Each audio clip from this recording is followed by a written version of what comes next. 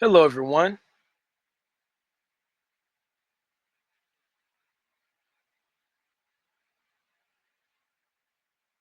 I'm Sign1News anchor Christopher D. Johnson. Here's a quick look at the top trending stories making headlines today. If you post an interesting comment about this update, you may add it at the bottom of the screen.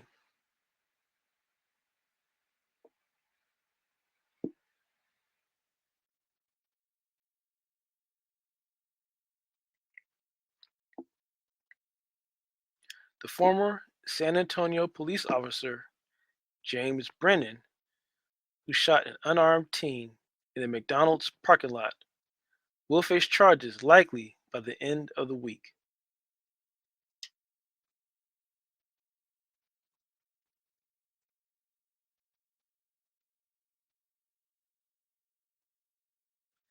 That's according to the police chief. Brennan will be charged with 2 counts of aggravated assault. The charges could rise if the 70-year-old victim, Eric Cantu, doesn't survive. Cantu's family says he is in critical condition and on life support. Video shows Brennan shooting Cantu as the teen was eating in his car on October 2nd.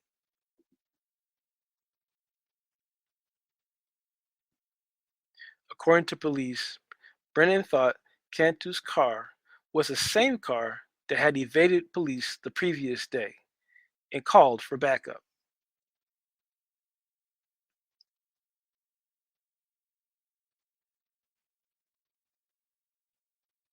Before backup arrived, Brennan began shooting, a clear violation of policy.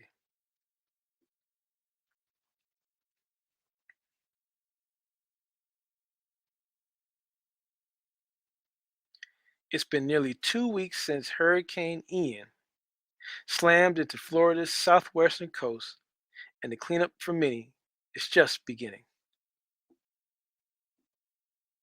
While some schools open for the first time Monday, others will remain closed for at least another week.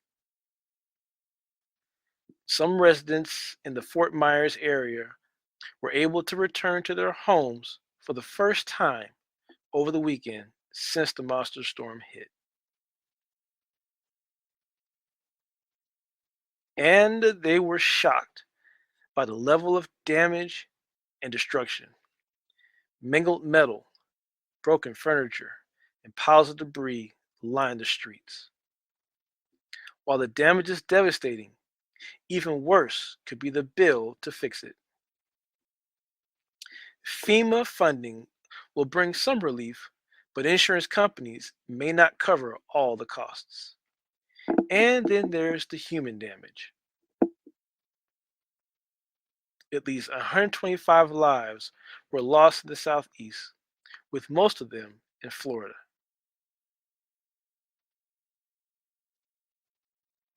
And that number could rise as dive crews search for cars and homes still submerged in water.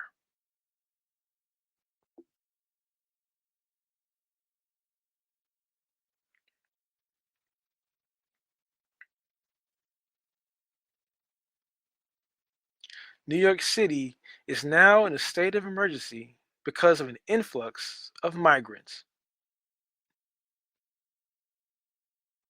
The city is struggling to house thousands of migrants in an already overstretched shelter system. At least 17,000 migrants seeking asylum have been bused to New York from the southern border since April.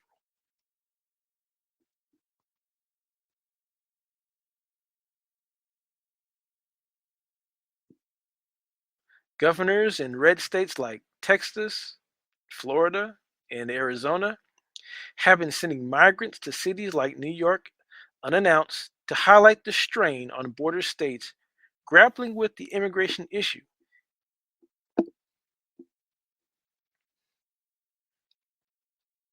and to call attention to what those governors say is the Biden administration's failure to control the border.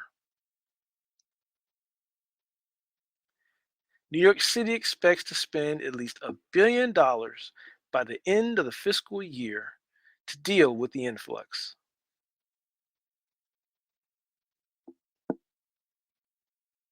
If migrants continue to arrive at the current rate, the mayor warned the city's shelter population, now near capacity at a record 61,000 people, could top 100,000 people in the year to come.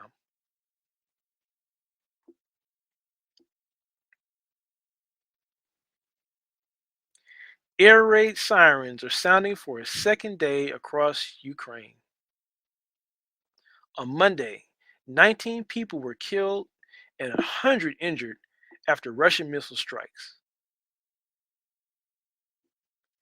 They hit residential areas during the morning rush and sent children and other civilians running for their lives. Russia blames Ukraine for blowing up part of a bridge between Russia and Crimea. Now, the US and its allies are working out a unified response to the atrocities. Today, President Joe Biden met virtually with the other G7 leaders.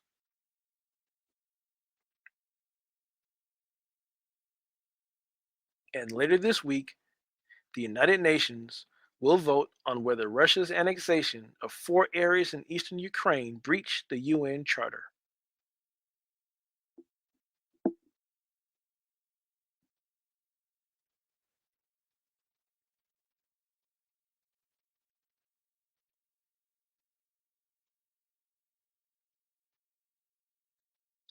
A California man named Philip White is suing the maker of Texas Pete hot sauce for not being made in Texas.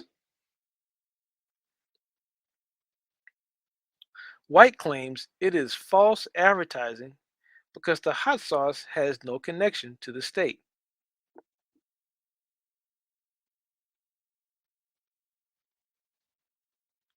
Texas Pete maker T.W. Garner Food Company is headquartered in North Carolina, where it's also made.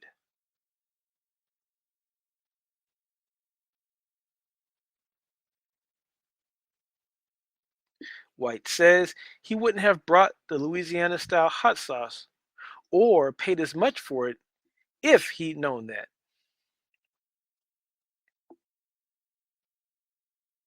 And he argues it hurts smaller hot sauce companies in Texas that are trying to capitalize on their authenticity.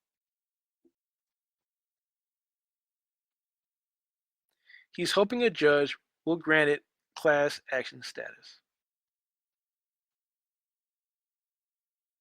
He wants the company to pay more than $5 million in damages and change the hot sauce's name and branding.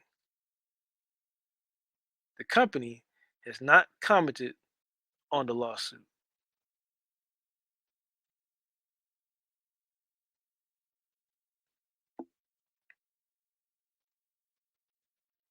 For those of you who count steps on your fitness tracker, we've got your magic number.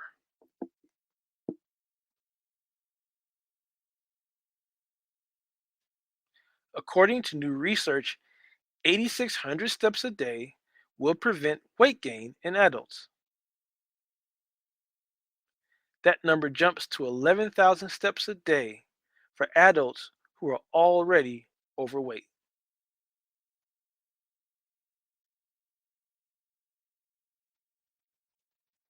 Researchers followed more than 6,000 people for 4 years to gather the findings, which were published Monday.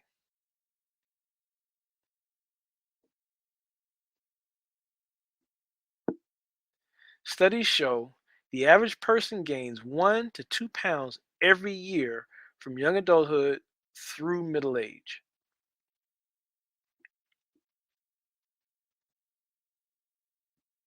Walking can help prevent that.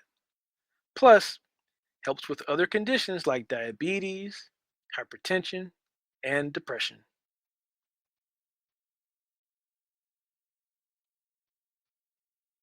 There's no better way to celebrate the spooky season than with the full moon. The moon reached its peak illumination Sunday night.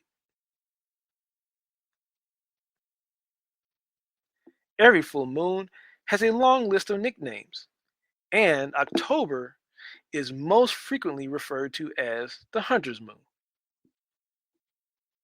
It got that name because the hunter's moon has historically signaled farmers it was time to prepare for a chilly winter ahead. There are two more full moons on the calendar for 2022. On November 8th, we'll see the beaver moon, and December 7th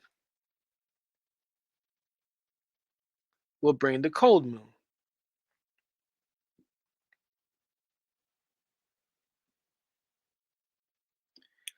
There will also be two more eclipses before we reach 2023, a solar and a lunar.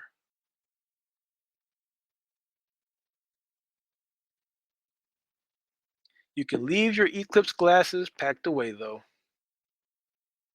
The solar eclipse is only partial and won't be visible from North America.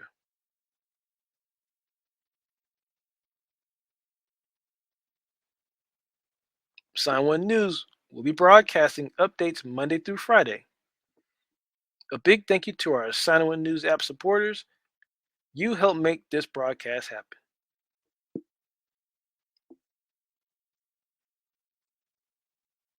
You can download the Sign1News app by heading to the App Store or Google Play Store on your smartphone.